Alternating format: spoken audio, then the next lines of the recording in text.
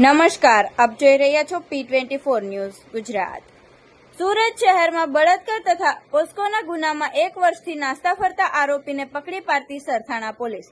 Police commissioner Shri Anupamsinh Gehlot સાહેબ સુરત શહેર તથા ખાસ police commissioner Shri sector 1 Vavang Jamir સાહેબ નાઓની સૂચના મુજબ તથા નાયબ police commissioner Shri zone 1 Alok Kumar સાહેબ અને મદદનીશ police commissioner Shri A division VR Patel સાહેબ નાઓની સૂચના અને માર્ગદર્શન હેઠળ સરથાણા પોલીસ સ્ટેશન વિસ્તારમાં નાસ્તા ફરતા આરોપીઓને શોધી કાઢવા તથા અનડિટેક ગુનાઓ શોધી કાઢી કાયદેસરની કાર્યવાહી કરવા સૂચના આપવામાં આવેલ હતી।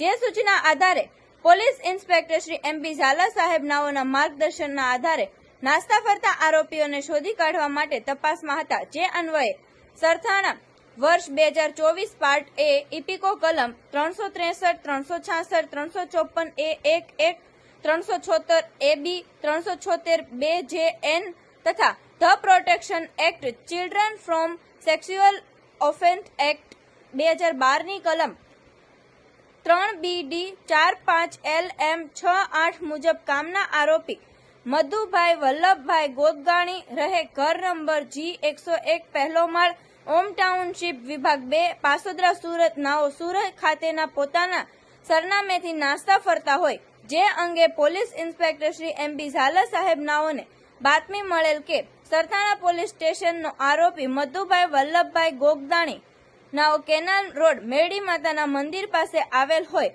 જે બાતમી હકીકતના આધારે police sub inspector MG Limbola સાહેબ તથા પોલીસ કોન્સ્ટેબલ જયસિંહભાઈ કરમરભાઈ તથા પોલીસ કોન્સ્ટેબલ નયનાબેન તળસાજી નાઓને સદર આરોપી મધુભાઈ ગોગદાણી નાઓને કેનાલ મેડીમાના મંદિર પાસેથી પકડી પાડી કાયદેસરની કાર્યવાહી કરેલ છે।